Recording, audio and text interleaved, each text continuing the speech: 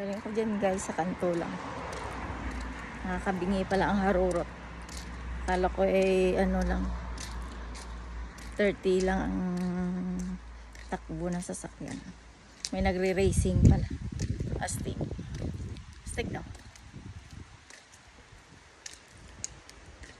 Para kunwari kabahan ka. Kunwari naman. Try lang yun. Kung kinakabahan ka, nervous ka, mamamatay ka sa kanila. Ayun. Ulit ka sa balay, ikaw mag muni-muni.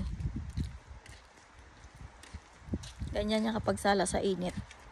Makinig ng chismis sa bahay at sala sa init ang ulo. Diba? Sala sa init niya, sumasabog-sabog. Parang laba. Ayun yun. Nakaka-stress pala dito, no? Sa abroad, no? Sa totoo lang. Ay, nakaka-stress. Kung wala lang yung anak ko, promise. Hindi ako babalik dito kung wala lang anak ko. Dahil sa totoo lang, hindi ko na-enjoy ang buhay ko.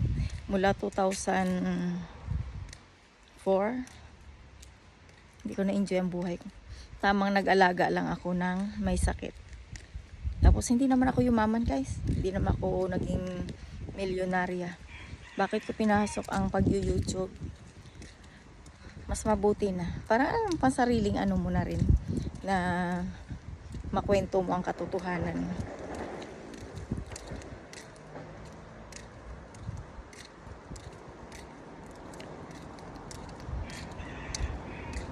Kaya mas gugustuhin ko pa yung ganun kaysa yung, alam mo, para kasi sa akin parang yung pag-YouTube ko nakakatulong sa akin pang patanggal ng stress.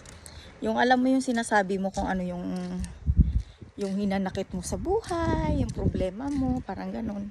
Parang gumaganang pakiramdam mo kapag meron kang, alam mo, nasasabi mo kung ano yung totoong nangyayari.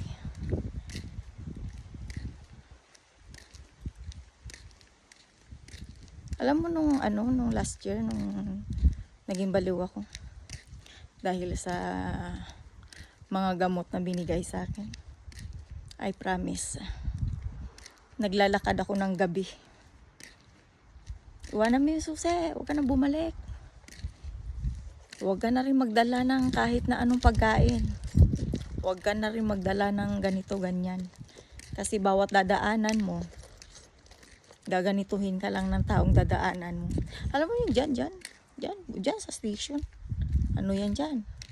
Yung tahol ng aso, grabe, parang lahat na yata ng aso lumabas na. Tapos ngayon dinadaan-daan nila ako ng mga ganyang-ganyang ingay. Ay naku, hindi na bago yan sa akin. Kaya parang ngayon, alam mo yung, nandito na lang ako para hintayin ko kung ano yung mangyayari sa susunod na araw. Para sa anak ko na lang, parang gano'n na lang. Kaya yung mga nag-iingay sa tenga ko, itong tenga ko, gusto kong ipacheck talaga. Kung ano yung Kasi, nung nandun ako sa Pilipinas, ganyan din yan. Meron din something na nag-iingay. Tapos, nagkaroon ako ng sakit na, yun nga, yung kulang, binabanatan ako gabi-gabi. Kasarapan ng tulog ko. Kung ano-anong ingay ang ko, gigising ako sa umaga ng gano'n. Pati yung mga taong hindi kasama sa init ng ulo mo. Alam mo yun, may mga tao akong nasaktan sa pamamagitan ng salita dahil sa mga Pilipinang kilala. Pero ngayon iniisip ko na lang kung paano at kung ano ang mangyayari sa susunod na araw. Ayun lang guys, nagpahangin lang ako sa labas. Pero sa totoo lang, nakaka-stress talaga. Yung makita mo yung mga itsura ng ganyan na naiirita. Naiirita kasi hindi marunong tumanggap ng pagkakamali. Ayun yung parang mas masarap pa rin lumayo ka na lang. Kasi di ba yung taong hindi marunong tumanggap ng pagkakamali, ayan yung taong alam mo masyadong pride. Pride ang pinapairal kahit na maling-mali na siya. Pinapairal niya pa rin itama ang kanyang baluktot na katwiran.